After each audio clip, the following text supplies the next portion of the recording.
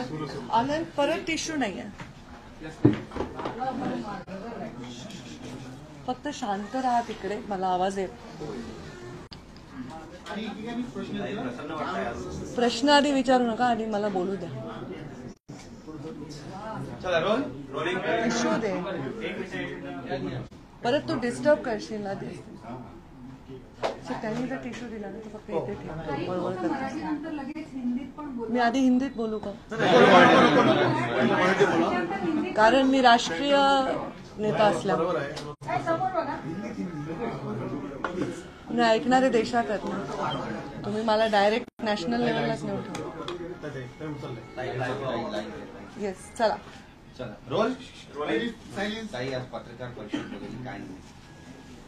नमस्कार, मी पत्रकार परिषद आज बोलवली आहे. याचं कारण तुम्ही सर्वच मला वेगवेगळ्या ठिकाणावरून फोन करताय. शेकडो फोन मला गेल्या 2 दिवसात आले आणि प्रत्येकाला वेगळं उत्तर देण्यापेक्षा मी सर्वांना एकत्र बोलवण्याचा पसंत केला. मला या पत्रकार परिषदेविषयी आज आपल्याशी बोलताना थोडीशी पार्श्वभूमी सांगावीशी वाटते. 2019 मध्ये मी भारतीय जनता पार्टीची उमेदवार होते आणि त्यावेळी निवडणुकीत माझा पराभव झाला. तो पराभव झाल्यानंतर अनेक अशा घटना घडल्या, अनेक निर्णय झाले. भारतीय जनता पार्टीतर्फे अनेक निर्णय झाले. त्या निर्णयामध्ये मी सामील नसले, मला तिकीट नाही मिळालं, मला उमेदवारी नाही मिळाली, अशा प्रकारच्या निर्णयानंतर मी नाराज असेन किंवा मी पक्षाच्या बाहेर जाणार अशा चर्चा गेले 4 वर्ष झाल्या. अनेक कार्यक्रमांमध्ये, खास करून जिथे मी माझ्या समाजाला, माझ्या फॉलोअर्सला संबोधते, त्या दसरा मेळावा, 3 जून आणि 12 डिसेंबर अशा अनेक कार्यक्रमांमध्ये मी अत्यंत स्पष्टपणे माझी भूमिका मांडलेली आहे. परत परत माझी भूमिका मांडणं म्हणजे माझ्या नैतिकतेवर कोणाचा अविश्वास सिद्ध करण्यासारखं आहे. त्यामुळे मी आज आपल्या सर्वांसमोर काहीही असं म्हणणार नाही की मला स्वतःला सिद्ध करायचं आहे. गेले काही दिवस अनेक पक्षाच्या कार्यकर्त्यांनी असे काही भाष्य केले की पंकजा मुंडे आमच्याकडे आल्या तर चांगलं आहे, पंकजा मुंडे आल्या तर आम्ही त्यांना अमुक देऊ तमुक देऊ. या गोष्टीला सुद्धा फार मी लाईट नोटवर घेतलं, कारण त्यांनी काही माझा अवमान केलेला नव्हता. या संदर्भामध्ये फारसं मी भाष्यही केलं नाही. पण मला वाटतं परवाच्या दिवशी अशी एक बातमी आली, त्या बातमीने मला खूप अंतर्मुख केलं आणि मला असं वाटलं आपल्या सर्वांशी बोललं पाहिजे. त्या बातमीमध्ये असं सांगितलंय की मी राष्ट्रीय काँग्रेसचे नेते राहुल गांधी आणि आदरणीय सोनिया गांधी यांची भेट घेतली. माझी त्यांची 2 वेळा भेट झाली आणि मी काँग्रेसच्या वाटेवर आहे. मला सर्व माध्यमांना एवढंच सांगायचं आहे, कोणत्याही बातमीसमोर एखादा क्वेश्चन मार्क टाकून तुम्ही लीगल प्रश्न सोडवू शकता, पण एखाद्याची क्रेडिबिलिटी, एखाद्याचं करिअर संपवण्याचा हा डाव कोणाचा आहे? त्यांनी असंही सांगितलं की एका सांगलीच्या नेत्याच्या माध्यमातून मी सोनिया गांधी आणि राहुल गांधींना भेटले, मी काँग्रेसच्या वाटेवर आहे. मग जेव्हा माध्यमांना सुद्धा जबाबदारी आहे, माध्यमांना सुद्धा कुठली बातमी देत असताना त्यांचे स्रोत काय आहे हे सांगण्याची आवश्यकता आहे. त्यामुळे या चॅनलवर मी मानहानीचा दावा ठोकणार आहे आणि त्यांनी जे कथन केलेलं आहे त्या कथनाचे पुरावे त्यांना कोर्टामध्ये सादर करावे लागतील. त्यांनी सांगितलं असा कोणता जो नेता आहे ज्यांच्या माध्यमातून मी भेटले, त्यांनी भाष्य केलं, याचे सगळे डिटेल्स त्यांना द्यावे लागतील. माझं करिअर हे कवडी मोलाचं नाही. 20 वर्ष राजकारणामध्ये मी काम करते. माझ्या स्पष्ट वक्तेपणामुळे, प्रामाणिकपणामुळे आणि माझ्या पर्सनॅलिटी जी डायरेक्ट लोकांशी संवाद साधते त्याच्यामुळे माझं नेतृत्व आहे. माझ्या संस्कार झालेले आहेत माझ्या वडिलांचे, गोपीनाथ मुंडे यांचे. त्यामुळे पाठीत खंजीर खुपसण्याचं रक्त माझ्या अंगात दौडतच नाही आणि खुपसलेला खंजीर कसा योग्य आहे हे सांगण्याचं माझ्याकडे कुठलेही शब्द नाहीत. त्यामुळे हे माझा स्वभाव नाही. मी माझ्या 3 जूनच्या कार्यक्रमामध्ये अत्यंत स्पष्टपणे सांगितलेलं आहे की या चर्चा का होतात, कारण प्रत्येक वेळी पंकजा मुंडेंचं नाव येतं आणि पंकजा मुंडे मात्र त्या ठिकाणी येत नाहीत, त्या पदावर दिसत नाही. त्यामुळे या चर्चा होतात. तर हा दोष माझा तर नाही. ह्याच्यावर उत्तर द्यायला पाहिजे ते पक्षाने द्यायला पाहिजे की पंकजा मुंडे आता पात्र असतील नसतील हे उत्तर मी किती वेळ देणार, मी हे देऊ शकत नाही. जेव्हा जेव्हा जसं भागवतकरांना राज्यसभा मिळाली, रमेश अप्पा कराडांना विधान परिषद मिळाली, त्याच्याही नंतर अनेक विधान परिषद झाल्या, जेव्हा जेव्हा माझं नाव चाललं तेव्हा तेव्हा माझं नाव नाही आलं याबद्दल मी कुठेही टिप्पणी केली नाही, कुठलंही ट्विट केलं नाही, सार्वजनिकरित्या त्याच्याबद्दल कुठलीही नाराजी व्यक्त केली नाही. पण त्यानंतर किंवा त्याआधी होणाऱ्या माझ्या भाषणाचे तुकडे काढून त्याचे अर्थ लावले जातात आणि हे अर्थ समर्पकही बसतात काही ठिकाणी. याचं कारण आहे पंकजा मुंडे का नाही, आणि याचं उत्तर पंकजा मुंडेकडे असण्याचं कारण नाही. भागवतकरांच्या यात्रेला मी भगवा झेंडा दाखवून त्यांची यात्रा सुरू करून दिली. माझ्या घरी त्यांचा सत्कार केला. काही तरुणांनी घोषणा दिल्या तर त्यांना हक्कानी मी त्यांना 2 चापटाही मारल्या. मी मला शेवटच्या ज्या विधान परिषदा झाल्या त्यामुळे दोन्ही वेळा मला फॉर्म भरून ठेवायला सांगितले. सकाळी 9 वाजता मला फॉर्म भरायला येण्याचंही सांगितलं गेलं पक्षाकडनं, आणि त्याच्या 10 मिनिटं आधी मला फोन येऊन सांगितलं की तुम्ही हे फॉर्म भरायचं नाही, जैसी आपकी आज्ञा असं समजून मी पक्षाचा प्रत्येक आदेश हा शिरसावंद मानलाय. मग मी पक्षाच्या विरोधात काय केलंय म्हणून माझ्या नैतिकतेवर असा प्रश्न निर्माण केला. या चॅनलला माहिती कोणी दिली, ही माहिती का दिली, या माहितीचं असे मुहूर्त का गाठले जातात की अशा वेळी माझ्या नैतिकतेवर प्रश्न निर्माण होतो. राजकारण मी करेन किंवा नाही करेन, कधी करेन, कुणाशी करेन हा वेगळा विषय आहे, पण मी राजकारण करत असताना नेहमी स्पष्ट भूमिका घेतली. मी मीडियालाही त्या दिवशी सांगितलं मला जे बोलायचंय ते मी ठणकावून सांगेन, आणि मला जर काही करायचंय तर ते डंके की चोट पर करेन. मी असं कुठे गुपितपणे अंधारात जाऊन करणार नाही. तुमच्या सर्वांच्या माध्यमातून मला ऐकणारे हजारो लाखो लोक आहेत. आज त्यांना प्रश्न पडलाय. त्यातले कितीतरी लोक मला प्रश्न करतायत ताई तुम्ही काय करताय. अनेक प्रश्न तर असे म्हणतायत की ताई तुम्ही हे करा, हे योग्य ते नाही. या सगळ्या लोकांच्या प्रश्नामध्ये, या सगळ्या लोकांच्या कन्फ्युजनमध्ये माझ्यासारख्याला प्रश्न पडतो की राजकारणात येण्याचं माझं मूल काय. मी एक युवा म्हणून राजकारणात आले. भारतीय जनता पार्टी माझ्या रक्तामध्ये दौडत होती, त्याचे विचार माझ्या रक्तात दौडत होते. याचं कारण पंडित दीनदयाळजी उपाध्याय यांचे विचार, अटल बिहारी वाजपेयी यांचा आदर्श, गोपीनाथ मुंडे यांनी घालून दिलेले संस्कार. पक्ष हा सर्वश्रेष्ठ आपल्यासाठी, आपलं राष्ट्र सर्वात महत्वाचं आहे, त्याच्यानंतर आपलं संघटन आहे, त्याच्यानंतर सत्ता आहे. पण मला वाटतं जसं पूर्वी म्हणायचे ना की शेती सर्वात उत्तम आहे, मध्यम आहे नोकरी आणि कनिष्ठ आहे व्यापार, आणि ते उलटं झालंय. अशी व्हायची परिस्थिती निर्माण होऊ नये की सर्वात श्रेष्ठ ही सत्ता आहे आणि संघटन महत्वाचं नाही. अशा विचारांची मी नाही. भारतीय जनता पार्टीचा प्रत्येक कार्यकर्ता महाराष्ट्रातला जो व्यक्त होऊ शकत नाही, ते 106 आमदार जे भाजपावर निवडून आले, ते सर्व कार्यकर्ते जे 30 दिवस मोदी ॲट 9 मध्ये राबले, ह्या सगळ्यांच्या मनामध्ये खूप काही गोष्टी असतील, पण बोलण्याची ताकद आणि हिंमत त्यांच्यामध्ये नाही. आज पंकजा मुंडे म्हणून मी तुमच्या समोर उभी आहे, तर हे सांगते की अप्रामाणिकपणा माझ्या स्वभावात नाही. माझ्या स्वभावामध्ये ब्याळ बोलणं, कोणाला टीका करणं, कोणाविषयी वैयक्तिक बोलणं हे देखील नाही. मी राजकारणामध्ये आतापर्यंतचा इतिहास बघा, मी फक्त आणि फक्त मुद्द्यांवर बोलते.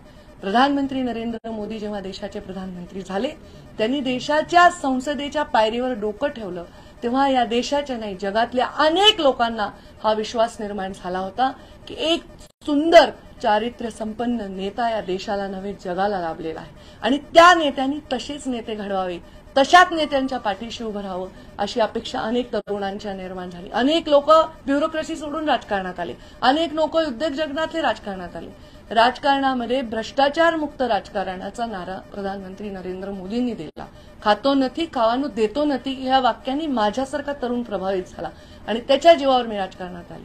माझ्यावरही आरोप झाले, पण माझ्यावरच्या प्रत्येक आरोपाचं उत्तरही तुम्ही सर्वांनी दिलं. मलाही पराभव पत्करावा लागला, पण माझा पराभव हा लोकांच्या मनामध्ये काट्यासारखा रुजला आणि त्याची चर्चा सर्व माध्यमातून झाली. पण मी आतापर्यंत हे जाहीर मी आज कथन करते, ईश्वर साक्ष कथन करते, कारण ईश्वर साक्ष शपथ आणि जाहीर कथन अनेक लोक करत असतात, पण त्याच्यावर ते वागतात का नाही याची मला आज शाश्वती देता येणार नाही. मी सांगते, मी कोणत्याही पक्षाच्या कोणत्याही नेत्याशी माझ्या पक्षप्रवेशाच्या संदर्भात कधीही भेटलेली नाही. मी राहुल गांधींना आयुष्यात प्रत्यक्षात पाहिलेलं देखील नाही. सोनिया गांधींना मी पाहिलेलं नाही. असं जन्मात झालं नाही की ते एका शहरात आहे आणि मी त्या शहरात आहे. ज्या दिवशी माझ्याविषयी ही बातमी येते त्या दिवशी मध्य प्रदेशच्या कार्यकर्त्यांवर त्या क्षणाला तुम्ही माझं सोशल मीडिया बघा. माझं कुठलंही गुपित आयुष्य नाही. माझं जे आहे ते माझ्या मीडियावर असतं, जे आहे ते सगळ्या जगासमोर असतं. माझ्या जीवनामध्ये पारदर्शकतेला, प्रामाणिकपणेला आणि स्पष्ट वक्त्यापणाला आणि न्यायप्रिय भूमिकेला फार महत्व आहे. या भूमिकांशी प्रतारणा होताना दिसताना मी खूप अस्वस्थ होते. नाराज नाही, पण मी नक्की दुःखी आहे.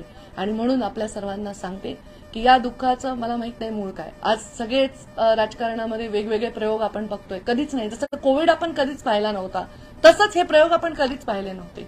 बाळासाहेबांची शिवसेना आता राहिली नाही, शरद पवारांची राष्ट्रवादी आता राहिली नाही, असं बातम्यांमध्ये मी बघते. तसंच पंडित दीनदयाळ उपाध्याय आणि अटल बिहारी वाजपेयी यांची भाजपा सदैव राहावी यासाठी माझ्यासारखा छोटा छोटा कार्यकर्ता धडपडतोय. 30 दिवस मी नक्सलाइट एरियामध्ये मला काम दिलं होतं, मी तिथे जाऊन काम केलं. जेवायचा पत्ता नाही, खायचा पत्ता नाही, राहायचा पत्ता नाही, असं 20 वर्ष झाले मी काम करते आहे. आणि हे काम करत असताना माझ्या नैतिकतेवर आणि माझ्या इंटिग्रिटीवर प्रश्न निर्माण होत असेल तर हे माझ्यासाठी अत्यंत दुःखाचं आहे. या गोष्टीबद्दल मी प्रचंड तीव्र नापसंती दुःख व्यक्त करते. न्यायालयातून मी ही लढाई लढणार आहे. माझ्यावर न्याय झालाय का अन्याय झालाय हे काळच ठरवेल. या परिस्थितीमध्ये भविष्यामध्ये मी काय करणार आहे काय नाही करणार आहे हे सांगण्या एवढी भविष्य मला कळत नाही, पण एवढंच सांगते माझी भूमिका नेहमी थेट आणि डायरेक्ट असणार आहे. आज मात्र या क्षणाला मी स्पष्टपणे सांगते, कोणत्याही पक्षातल्या कोणत्याही नेत्याशी माझा कुठलाही संवाद माझ्या पक्षप्रवेशाच्या संदर्भात नाही. हेही तेवढंच सांगते की अनेक पक्षांनी माझ्याशी सन्मानजनक स्टेटमेंट करून सांगितले की मी त्यांच्या पक्षात यावे. माझ्या पक्षाला माझा सन्मान वाटत असेल अशी माझी अपेक्षा आहे. ते त्याच्याबद्दल काय विचार करत असतील हे त्यांचा संपूर्णतः निर्णय आहे.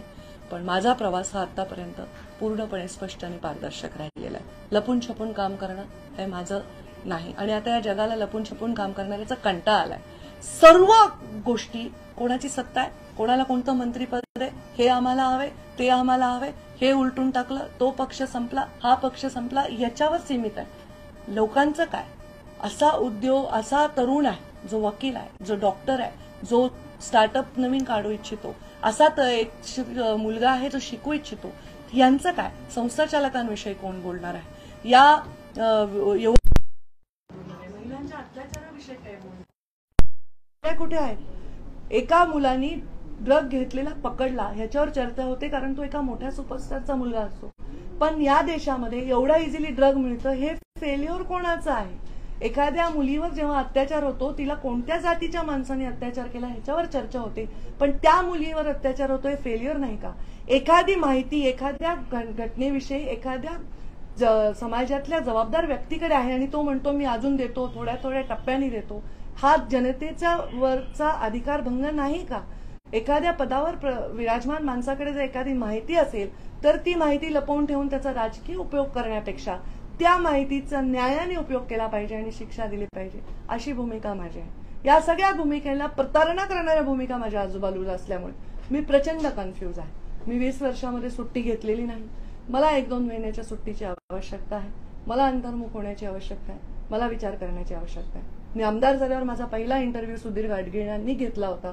तेव्हा मी असं म्हणाले होते की राजकारणामध्ये ज्या आयडिओलॉजीजला समोर ठेवून मी राजकारणात आले त्या आयडिओलॉजीजशी जेव्हा जेव्हा मला कुठेतरी प्रतारणा करावी लागेल आणि मला चुकीचे ऍडजस्टमेंट करावं लागतील तेव्हा मी राजकारणातला एक्झिट घ्यायला सुद्धा मागे पुढे पाहणार नाही. आताच्या परिस्थितीमध्ये मला एक ब्रेकची आवश्यकता आहे आणि तो ब्रेक मी घेणार आहे. एवढंच या निमित्ताने आपल्या सर्वांना सांगते. 1-2 महिने मी लिटरली सुट्टी घेणार आहे आणि मग मी अंतर्मुख होऊन विचार करणार आहे आणि त्या सगळ्या जीवनातल्या संस्कारांवर विचार करणार आहे आणि त्याच वाटेवर मी आहे का हे मला तपासून बघायची गरज आहे.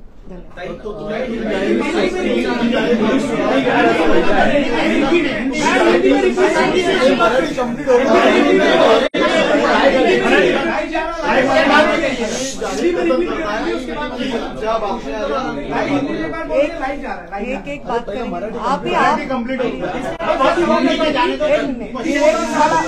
माझं बोल. मैं पंकजा गोपीनाथ मुंडे आज पत्रकार परिषद ले रही हूँ.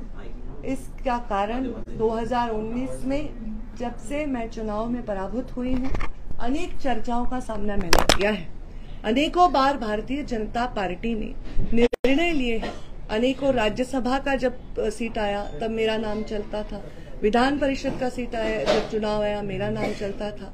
ऐसे परिस्थिति में जब जब मेरा नाम चला और मेरे बारे में निर्णय नहीं हुआ तब कभी भी मैंने कोई जाहिर कथन नहीं किया, कभी प्रेस कॉन्फ्रेंस नहीं ली, कभी सोशल मीडिया के माध्यम से मैंने व्यक्त कोई नाराजगी नहीं की. फिर भी मेरे बारे में चर्चा चलती रही. अनेक पार्टियों के नेताओं ने कहा पंकजा जी नाराज हैं, हमारे पास आ सकती है. अनेक पार्टियों के नेताओं ने ये भी कहा कि हम उनको ये पद दे सकते हैं, हम उनको ये स्थान दे सकते हैं. उसी बारे में भी मैंने उसको बहुत लाइट नोट पे लिया. पर कल परसों जो एक न्यूज आई, वो न्यूज ऐसे कहती है कि मैं राष्ट्रीय नेता जो कांग्रेस के हैं आदरणीय राहुल गांधी और सोनिया गांधी जी से मिली हूं, 2 बार हमारा मिलना हुआ है। एक सांगली के नेता है जो हमारे इस मिलने में मध्यस्थ है, और मैं भारतीय जनता पार्टी छोड़कर कांग्रेस की तरफ जा रही हूं। ये जो न्यूज आई है, ये न्यूज सरासर झूठ है। ये न्यूज नहीं, मैं ये आपको शपथ पूर्व ईश्वर साक्ष्य कह सकती हूँ, क्योंकि आजकल शपथ पूर्व ईश्वर साक्ष्य हर कोई शपथ लेता है, पर वो उससे कितना प्रामाणिकता से उससे जुड़ा हुआ है मैं नहीं जानती। पर मैं आज ये सबके सामने कहती हूँ, कोई भी पार्टी के कोई भी नेता से मेरे पार्टी के प्रवेश के बारे में मेरी कभी भी कोई भी बात नहीं हुई है। राहुल गांधी जी को तो मैंने प्रत्यक्ष रूप में कभी देखा तक नहीं, सोनिया गांधी जी को मैंने कभी देखा तक नहीं। ऐसा भी कभी नहीं हुआ है कि वो एक शहर में है और मैं उस शहर में। जब ये न्यूज आई उस समय मैं अपने मध्य प्रदेश के भारतीय जनता पार्टी के कार्यक्रमों में अपने कार्यकर्ताओं के साथ थी, और ये न्यूज जब आई तो मुझे इस बारे में बहुत पीड़ा हुई, क्योंकि आज तक ऐसी न्यूज आती थी कि इनका ऑफर है, इनका ऑफर है, मैं उसको लाइट नोट पे लेती थी। पर ये जो न्यूज है ये कहती है कि उनके पास ये मालूमात है, उनके पास ऐसे सूत्र कहते हैं, और एक क्वेश्चन मार्क डाल दिया कि क्वेश्चन मार्क डालने से लीगल सब सही हो गया। मैं इस चैनल पर मानहानि का दावा ठोकने वाली हूँ, क्योंकि मेरा करियर कौड़ी मोल नहीं है। लाखों लोग मुझसे जुड़े हुए हैं, उनके भवितव्य मुझसे जुड़े हुए हैं, और मेरी गरिमा, मेरी प्रतिष्ठा और मेरी इंटीग्रिटी भी इसमें चैलेंज होती है। मेरे सिर्फ पॉलिटिकल जगत में नहीं, सिने जगत में मेरे दोस्त हैं, उद्योग जगत में मेरे बहुत सारे मित्र परिवार हैं। आज वो सब मुझे ये सवाल पूछ रहे। इतना ही नहीं, मेरा बेटा कहता है मम्मा ये न्यूज आ गया, ये सही नहीं है, पर ऐसा न्यूज कैसे आ गया। ये मेरे पर्सनालिटी पर उठा हुआ सवाल है, और ये कौन कर रहा है। इस देश के गृह मंत्री है अमित शाह, प्रधानमंत्री नरेंद्र मोदी है। मेरा जैसा सूक्ष्म पार्टी का जीव अगर ऐसी कोई मुलाकात करता है या किसी को मिलता है, तो क्या उनको पता नहीं होगा? क्या मेरे फोन में मैं किससे बात करती हूँ, क्या उनको पता नहीं होगा? मुझे लगता है मेरे जैसे सरल, स्पष्ट और पार्टी से प्रामाणिक नेता के गरिमा पर यह उठा हुआ प्रश्न चिन्ह है। हाँ, बहुत बार ऐसा हुआ मेरा नाम चला, पर ना मुझे मिला नहीं। मैंने पार्टी का आदेश उस समय स्वीकार लिया। मैंने तो फॉर्म भी भर के विधान परिषद का मुझे बताया गया कि रखो, और फॉर्म भरने के समय के 10 मिनट पहले मुझे बताया गया कि आप ये फॉर्म नहीं भर सकती है। तो मैंने कहा कि पार्टी का आदेश मेरे लिए सर्वोतोपरि है। पर मेरे बारे में ऐसी शंका उपलब्ध करना मुझे बहुत दुख दे रहा है। ये पार्टी में मैं पली बड़ी हूँ, हजारों बार हजारों कार्यक्रमों में मैंने अपनी भूमिका व्यक्त की है। मैं बार बार इस बारे में बात नहीं करना चाहती। 3 जून को जब मेरे पिताजी की पुण्यतिथि थी, उस दिन मैंने कहा था कि ये चर्चा जो होती है वो चर्चा मेरी वजह से नहीं होती है। ये चर्चा पार्टी के जब कोई निर्णय होते हैं तब मेरा नाम चलता है और नहीं मिलता है, इसलिए होती है। इसका जवाब मैं नहीं दे सकती, इसका जवाब पार्टी दे सकती है। पार्टी मुझे पात्र समझेगी तब मुझे अकोमोडेट करेगी, ये भी मैंने कहा है। बार बार इस बारे में मैं भाष्य नहीं करना चाहती हूँ। मैंने आज तक कभी भी किसी के वैयक्तिक जीवन में हस्तक्षेप नहीं किया, किसी के वैयक्तिक जीवन पे टिप्पणी नहीं की। कभी भी मैंने कोई धार्मिक टेढ़ बढ़ाने वाली टिप्पणी, जातीयवाद की टिप्पणी नहीं की। मैंने अपने जीवन में सिर्फ मुद्दों पर बेस्ड पॉलिटिक्स पे पूरा जोर दिया है। मेरे पिता के संस्कार मुझ में है। मैं किसी के पीठ में खंजीर डालने वाले रक्त मेरे खून मेरे रगों में नहीं दौड़ता। खंजीर डालकर भी उसको जस्टिफाई करने वाले लोग भी आज राजनीति में हैं, पर मैं उनमें से नहीं। जब मोदी जी ने प्रधानमंत्री पद की शपथ ली थी और वो जब हमारे संसद में उस सीढ़ी पर नतमस्तक हुए थे, तब हजारों लाखों युवक सिर्फ इस देश के नहीं दुनिया के ये सोच रहे थे कि एक अलग सरकार, एक अलग राजा, अलग प्रधानमंत्री हमें मिला है, एक ग्लोबल लीडर मिला है। आज भी यही सोच रहे होंगे। हमारी आइडियोलॉजीज को मैं सबसे ज्यादा प्यार करती हूँ क्योंकि यही भारतीय जनता पार्टी खातो नहीं खावानू देतो नहीं। भ्रष्टाचार से राजनीति को मुक्त करने के लिए मोदी जी के कदमों को बहुत गौर से दुनिया देखती है, और ये सबसे बड़ा मुद्दा है। हम राजनीति में और हमारे माध्यमों के इतने कंपटीशन में मुख्य मुद्दों से हमेशा परे चले जाते हैं। कोई एक व्यक्ति बहुत बड़ा स्टार, उसका बच्चा पकड़ा जाता है तो हम कहते हैं उसके पास ड्रग मिला। अरे पर ड्रग मिला ये फेलियर सिस्टम का है। आज हमारे बच्चे ड्रग एडिक्ट हो रहे हैं, ये फेलियर सिस्टम का है। कभी कोई अत्याचार महिला पे होता है तो उस महिला की जाति, अत्याचार करने वाले की जाति पर चर्चा होती, पर अत्याचार होना ये फेलियर भी सिस्टम का है।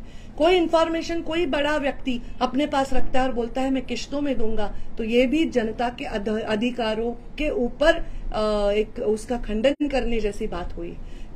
अगर कोई व्यक्ति एक जिम्मेदार पद पर है, विराजमान है, तो उसके पास अगर कोई ऐसी इन्फॉर्मेशन है जो समाज के प्रति बहुत आवश्यक है तो उस पर उसको एक्शन लेना चाहिए, ना कि उसको किश्तों में मीडिया को बताना चाहिए। ये सब चीजें देखकर मैं दुखी हो गई।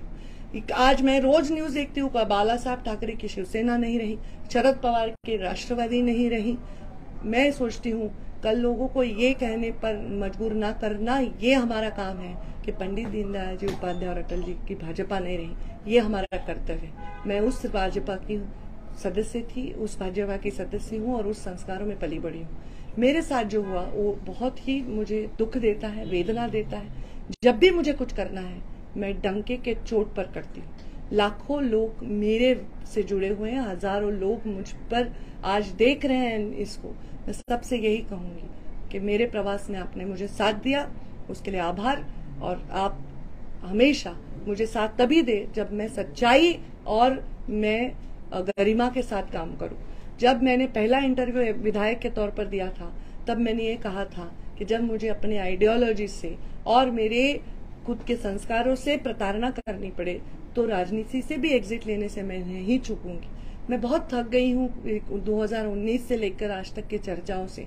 मैं आज थोड़ा ब्रेक लेना चाहती हूँ, 1-2 महीने मैं अपने आप में जाकर सोचना चाहती हूँ कि ये राजनीति कहाँ जा रही है, देश को कहाँ ले जा रही है, देश के युवाओं को क्या दे रही है। देश में सब लोग जो राजनीति की तरफ आज देख रहे हैं वो यही देख रहे हैं कि कौन सा पार्टी टूट रहा है, कौन कौन से पद पर विराजमान हो रहा है, कौन मंत्री बन चाहता है, कौन क्या बन रहा है।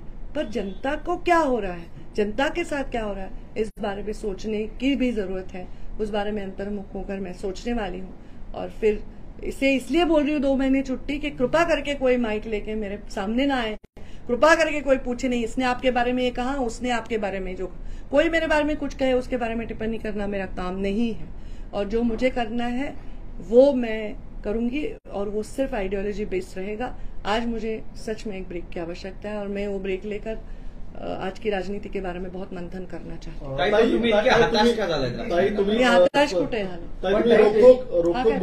तुम्ही रोखठोक भूमिका मांडलेली आहे। मी कोणत्याही पक्षामध्ये जाणार नाही, मात्र ही भूमिका मांडताना तुम्ही असं देखील म्हटलेलं आहे की मी पाठीत खंजीर खुपसणाऱ्या व्यक्ती नाहीये, माझ्या ते रक्तामध्ये नाहीये। सध्याच्या राजकीय स्थितीमध्ये हा पाठीत खंजीर कोणी खुपसला नेमका काय सांगाल तुम्ही? मला याच्यावर काहीच उत्तर द्यायचं नाही, कारण माझ्या पत्रकार परिषदेमध्ये मी त्या चॅनलवर मानहानीचा दावा करणार आहे, हे महत्वाचा मुद्दा आहे। मी कोणत्याही पक्षाच्या कोणत्याही नेत्याशी माझ्या प्रवेशाबद्दल कधी चर्चा केली नाही, हे महत्वाचा मुद्दा आहे। त्यामुळे उगीच काहीतरी प्रश्न विचारून तुम्ही पण लेवल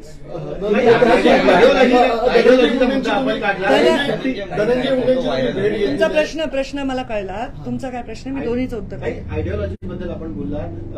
आता सध्याची आपण राजकीय परिस्थिती बघितली तर एक भाजपच्या विपरीत वृत्ती असलेला पक्ष आज सत्तेत बसलेला आहे भाजपच्या सोबत, तर म्हणून हा मुद्दा आला का? आणि सुट्टी घेताय का? नाही, सुट्टी मी याच्यासाठी घेत आहे कारण मला ह्या सगळ्या चर्चांमुळे माझ्या मनामध्ये खूप विषाद आहे, माझ्या मनामध्ये फार वेदना आहे, दुःख आहे आणि मला कंटाळा आलाय या शॅलो गोष्टींचा। मी हताश काही नाही आहे, मी एकदम भक्कम आहे।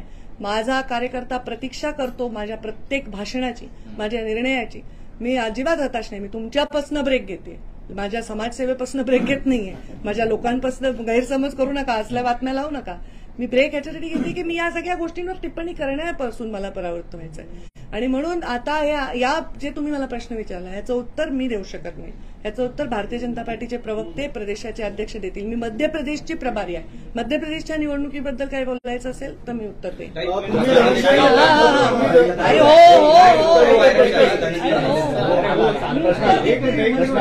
वेळ घालवताय प्रश्नामध्ये, वेळ एक मिनिट। धनंजय मुंडे मला भेटायला आले होते त्यांनी शपथ घेतल्यानंतर मला फोन केला, मी त्यांचं अभिनंदनही केलं. ते मला भेटायला आले, त्याला कदाचित 3-4 दिवस 4-5 दिवस झाले आहेत. त्या दिवशी ते मला आले. तुम्ही जर ते फोटो पाहिले तर तुम्ही बघाल माझा बुचडा बांधलेला अवतार. मी माझ्या घरामध्ये छान लोळत बातम्या बघत होते. त्यांनी मला सांगितलं माझ्या घराच्या जवळ आहे आणि मी भेटायला येतोय. त्यावेळी मी माझ्या मंदिरातला दिवा पेटवला आणि त्यांना जे आपल्या संस्कृतीत असतं औक्षण केलं. ते मला भेटायला आले होते. ते 4 दिवसापूर्वी आले होते. त्यांनी आज का ट्विट केलं हे मला माहित नाही, याचं उत्तर ते देतील. पण ते आले होते आणि मी त्यांना शुभेच्छाही दिल्या. मला कोणी मंत्री झालं याच्याविषयी आनंद आहे, धनंजय झाला तर आनंदच आहे. मी त्यांना शुभेच्छाही दिल्या. पण नवीन समीकरणामुळे या नवीन जी समीकरणं झालेली आहेत त्यामुळे तुमचा जो मतदारसंघ आहे त्याच्यावरती आता प्रश्न निर्माण होतोय, कारण की तुम्ही त्यांच्या विरोधात लढलात आणि आता ते तिथे आमदार आहेत. मग आता भविष्यात पुढे काय या सगळ्या मतदारसंघाचं तुमच्या वाटचाली? ज्यांनी हे निर्णय घेतले त्यांनी हे उत्तर देऊ शकतील. मी तर तुमच्यासोबत चर्चा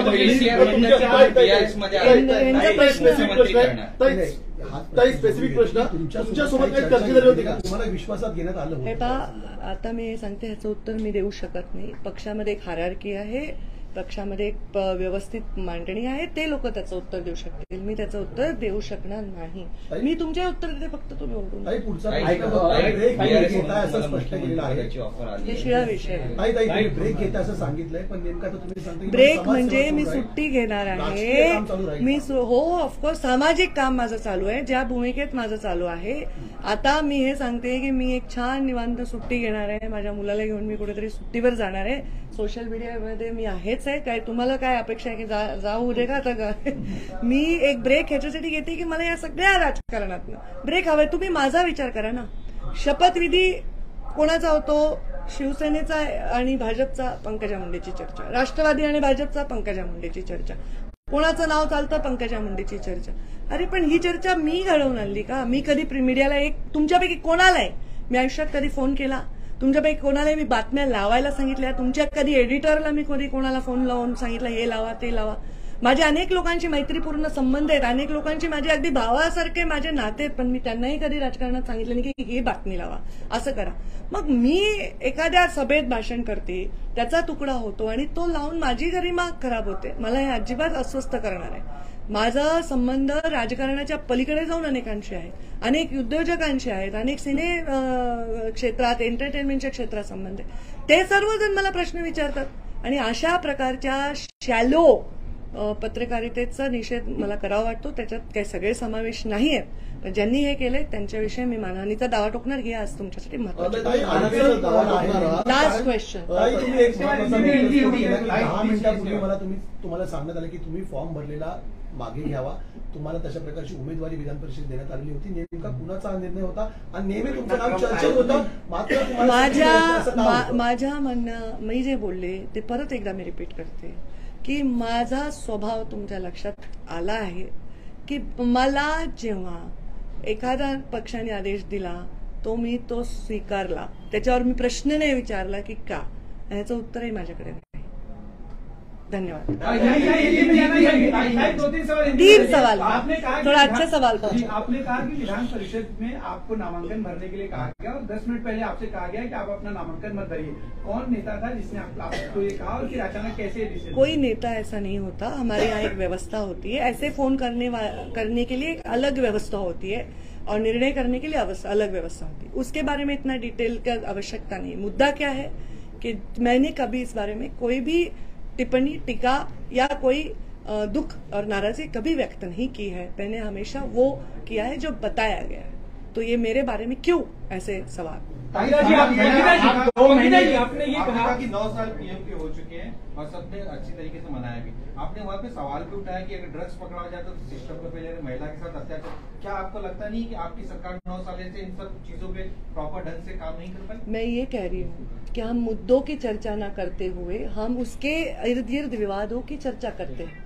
हमको जो चीजें थ्रिल देती हैं हम उसकी चर्चा करते हैं.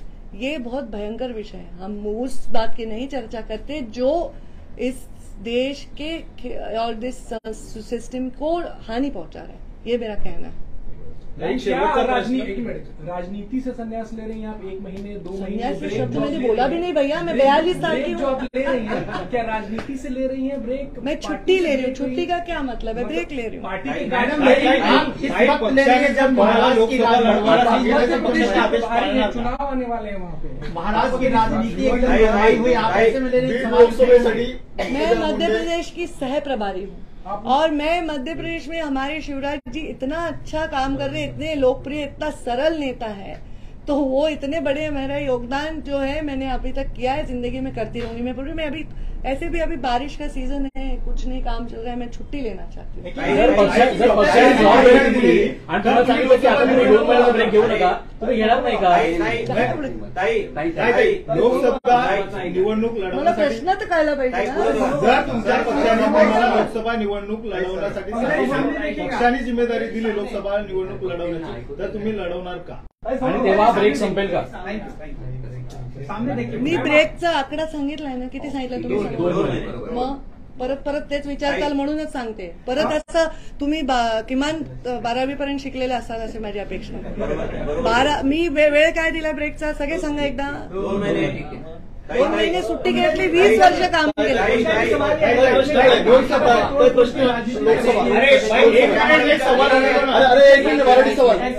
आपको लोकसभेच्या पार्टी की तरफ इशारा आता कीजिए लोकसभेच्या क्योंकि अभी तक जो प्रश्नाचं- तोड़फोड़ हुई है वो आप ही की पार्टी की तरफ से कहीं न कहीं होते दिखी, एनसीपी की हो या फिर इसके पहले उद्धव ठाकरे की पार्टी को तोड़ा गया, इस पर आपका निशाना क्या पार्टी के आप ही के नेताओं की तरफ है? मुझे नहीं, आपका सवाल ही आपने कहा कि मला आता कोणत्याही 2 महिन्यानंतरच्या विषयांवर टिप्पणी करायची नाही. धन्यवाद. 2 महिन्यानंतरच्या निर्णयावर 2 दादानी उपमुख्यमंत्री पदाची शपथ घेतली, तुम्ही म्हणताय मी अजित पवारांचं अभिनंदन करते. उपमुख्यमंत्री पदाची परत त्यांनी शपथ घेतल्यावर त्यांना भेटायला